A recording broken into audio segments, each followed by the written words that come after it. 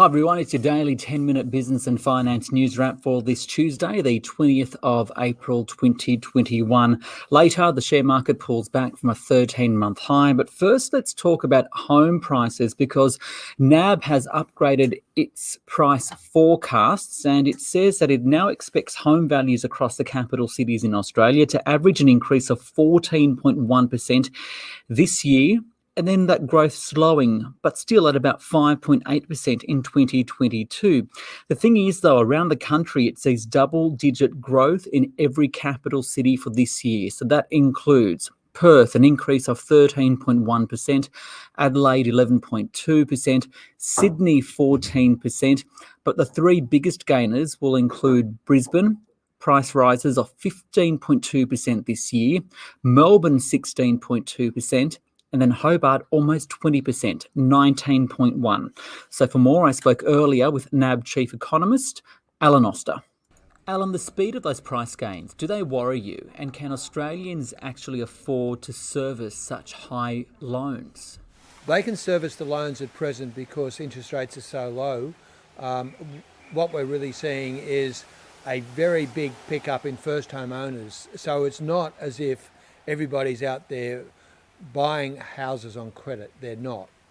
Really, they're using some of their own savings. But given those price rises, do you think the Reserve Bank or the banking regulator will need to take some sort of action? I'm not sure that they will take action.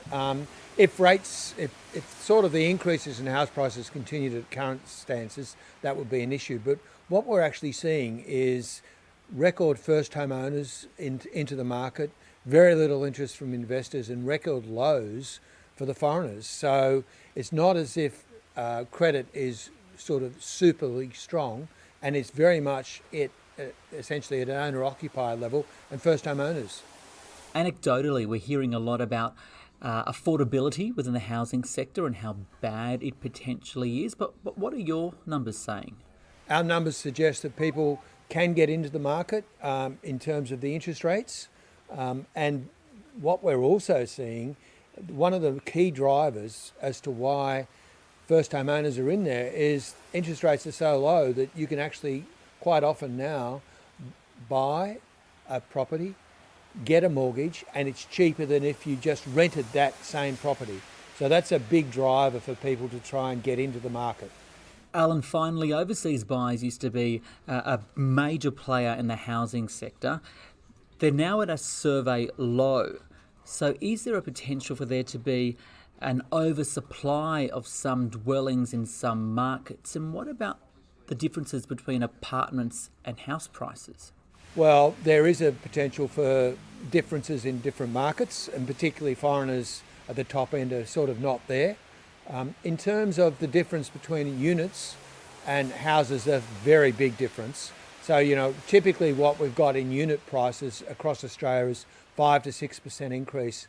And in some areas like the CBDs, there's particularly around universities, both Sydney, Melbourne and Brisbane, you're seeing huge numbers of apartments that are vacant.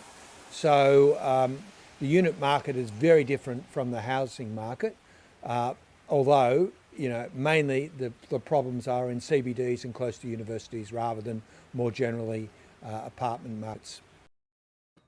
Oster there, the Chief Economist of NAB. From the housing market, we'll go to the share market, which fell today. If you remember yesterday, it was slowly climbing towards that record high of 7,162 points reached in February 2020, which meant we were only about 1.5% away from that record. Well, today's fall means we are now 2% away. The S&P ASX 200 down by 0.68% to 7,017. The miners declined despite iron ore prices rising to a 9-year high overnight. The major banks were weaker. Challenger Financial down 15.8% on a profit warning. There were some good performers, including a new entrant on the share market, Latitude Financial, which is run by former Australia Post CEO Ahmed Fahua. That company coming onto the share market closing at $2.70, and that's an increase of about 3.9% on its issue price. For more on the day's market action, I spoke earlier with Sherwood from Perpetual. We always seem to be edging close to that record high, which the 200 reached back in February 2020, and then we pull back all of a sudden again. It's happened a few times. Why the trepidation? It's a bit of a tease, isn't it? And I don't think there's any trepidation. What we have to remember is that since the market trough in the last week of March last year, the Australian share market has risen nearly 60% and earnings have actually declined by around 16%. So the market at the moment is very fully priced. There's a lot of good news priced into companies at the moment. And of course, there are still a lot of question marks out there, particularly about rising case numbers in emerging markets. You know, the impact of central bank stimulus. Are they going to withdraw support? What's the government going to do in the upcoming budget? So there's probably more questions around valuations more than anything else, because the growth outlook at this stage looks absolutely fantastic for this year and next. So it's more asset valuations and concerns about corporate performance. The RBA's minutes from its latest board meeting was released today. It's basically saying, hey, the economy is performing better than what we thought, but there's wage and inflation pressures. They're not around you. We won't see wages rising for some time. But what's the market thinking about any potential central bank action? Well, at the moment, the market's got priced in one more rate hike before the RBA has said they would look at increasing interest rates at the very earliest. So the RBA's not worried about growth. They're not really worried about unemployment. Their worry at the moment is about inflation. And in the last 6 years, they've missed their bottom of their inflation target. And as a result, what they're wanting to do is to get the labour market red hot. They believe that will generate enough wages pressure to get inflation back within the target band. But by our estimates, unemployment may have to have a 3 handle in front of it to generate enough wages growth. So I still think the RBA is certainly on the money about when rates are going up. It's no time soon, and I certainly back Phil Lowe's view over that of the financial markets. So rates are on hold as far as the eye can see at the moment. Okay, in the commodity space, we saw copper prices moving higher towards a 10-year high. Rio today saying it's continuing to ship massive amounts of iron ore. What's your take on the resources space at the moment? Well, the resources space outlook at the moment is a little bit mixed. So on one hand, you have iron ore, and iron ore prices are up at $170 a tonne. So there's no problems from an earnings perspective there. The challenge for the iron ore producers at the moment is the fact that there are clear signs that the China economy is slowing. So the March quarter growth numbers were fairly weak in China, and they have made consistent noises about policy withdrawal.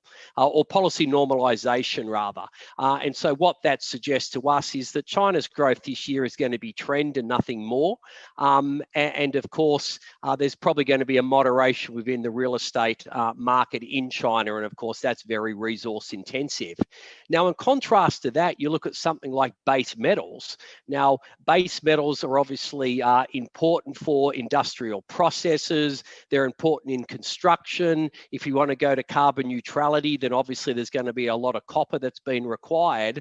And at the moment, there's quite a few supply issues within the commodity space itself. So I tend to think the outlook for base metals are really constructive. Iron ore's probably got a couple of question marks on it, but it's really going to be fine. So overall resources, we think are going to, perform pretty strongly in what is going to be the strongest global economy probably for about the last 50 years. Fiscal stimulus, economic reopening, and a lot of unused slack at the moment is going to be re-employed this year.